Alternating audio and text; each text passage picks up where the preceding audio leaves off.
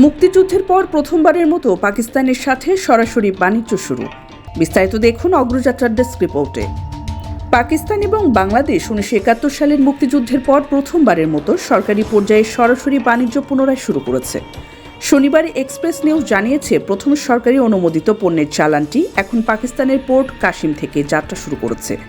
এটি দুই দেশের বাণিজ্যিক সম্পর্কের জন্য একটি ঐতিহাসিক পদক্ষেপ হিসেবে মনে করা হচ্ছে।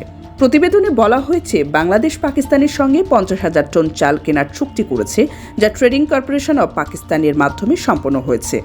চুক্তিটি ফেব্রুয়ারির শুরুতে চূড়ান্ত করা হয়। চালের এই চালান দুটি ধাপে বাংলাদেশে পৌঁছানো হবে। এর প্রথম 25,000 টন কনসাইনমেন্ট বর্তমানে বাংলাদেশে যাওয়ার পথে। দ্বিতীয় ব্যাচটি মার্চের শুরুতে পাঠানোর পরিকল্পনা করা হয়েছে। এই বাণিজ্য চুক্তি দুই দেশের অর্থনৈতিক সম্পর্ককে শক্তিশালী করবে এবং সরাসরি শিপিং রুটের মাধ্যমে বাণিজ্য প্রবাহ বাড়াতে সাহায্য করবে। এটি প্রথমবারের মতো পাকিস্তান ন্যাশনাল শিপিং কর্পোরেশনের একটি জাহাজ সরকারি পণ্য নিয়ে বাংলাদেশের বন্দরমুখী হবে, যা সামুদ্রিক বাণিজ্য সম্পর্কের ক্ষেত্রে একটি গুরুত্বপূর্ণ মাইল ফলক হিসেবে দেখা হচ্ছে, যা দুই দেশের অর্থনৈতিক সহযোগিতা গড়ে তুলতে এবং কয়েক দশক ধরে অচল থাকা বাণিজ্য চ্যানেল পুনরায় খুলে দিতে সহায়ক হবে।